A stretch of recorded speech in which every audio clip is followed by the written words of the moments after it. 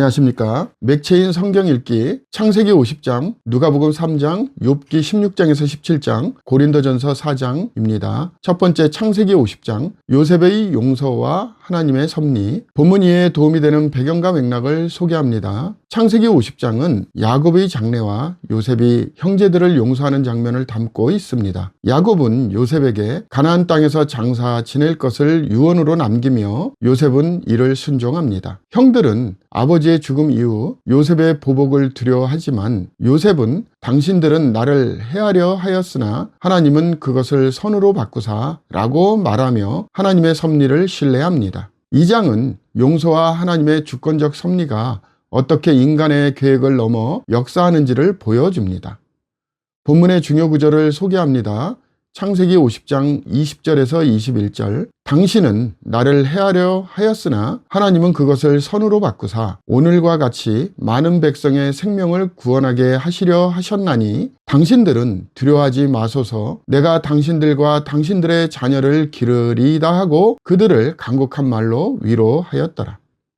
본문을 적용하는 데 도움이 되는 가이드라인입니다. 오늘날 우리는 하나님의 섭리가 우리의 고난과 관계 속에서도 일하고 있음을 믿어야 합니다. 삶에서 일어나는 어려움 속에서도 하나님의 선한 계획을 신뢰하며 용서를 통해 하나님의 사랑을 실천해야 합니다. 우리의 삶이 하나님의 도구로 사용될 때 그의 뜻은 놀랍게 이루어질 것입니다.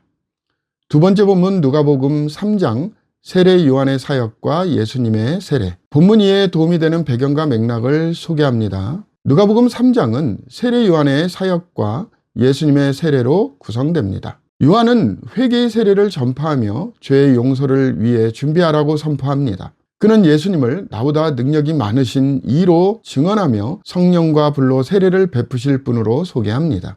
예수님께서 세례를 받으실 때 하늘이 열리고 성령이 비둘기같이 임하며 하나님의 음성이 들립니다. 이는 예수님의 사역이 본격적으로 시작됐음을 보여줍니다. 본문의 중요 구절을 소개합니다. 누가복음 3장 16절, 요한이 모든 사람에게 대답하여 이르되 나는 물론 너에게 세례를 베풀거니와 나보다 능력이 많으신 이가 오시나니 나는 그의 신발끈을 풀기도 감당하지 못하겠노라. 그는 성령과 불로 너에게 세례를 베푸실 것이요. 본문을 적용하는 데 도움이 되는 가이드라인입니다. 오늘날 우리는 회개를 통해 하나님의 은혜를 받아들이고 성령의 능력 안에서 살아가야 합니다. 우리의 삶이 예수님의 구속 사역을 반영하며 그분의 임재를 증거하는 도구가 되어야 합니다. 세례 요한처럼 그리스도를 높이며 그의 길을 준비하는 삶을 살아가야 합니다.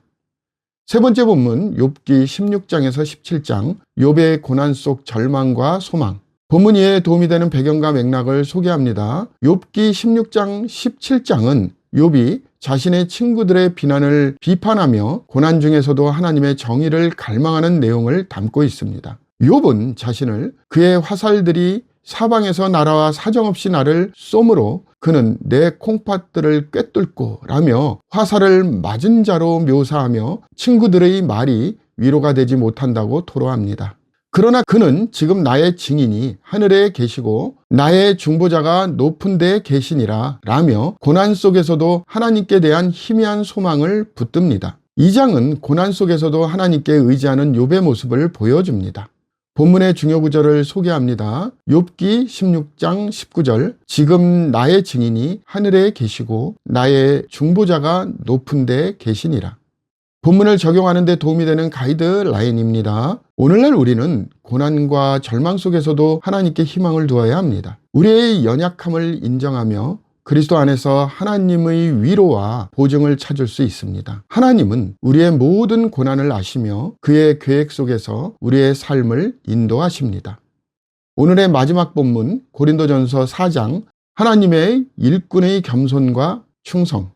본문 이해에 도움이 되는 배경과 맥락을 소개합니다. 고린도전서 4장은 바울이 사역자들의 겸손과 충성을 강조하며 사람이 마땅히 우리를 그리스도의 일꾼이요 하나님의 비밀을 맡은 자로 여길지어다 라고 말합니다. 바울은 자신의 사역에 대한 평가를 사람에게 의존하지 않고 오직 하나님께 맡기며 그의 판단을 기다립니다. 그는 교만과 분쟁을 경계하며 모든 것이 하나님께로부터 온 것임을 인정합니다. 이는 교회의 모든 사역이 겸손과 하나님에 대한 충성으로 이루어져야 함을 가르칩니다.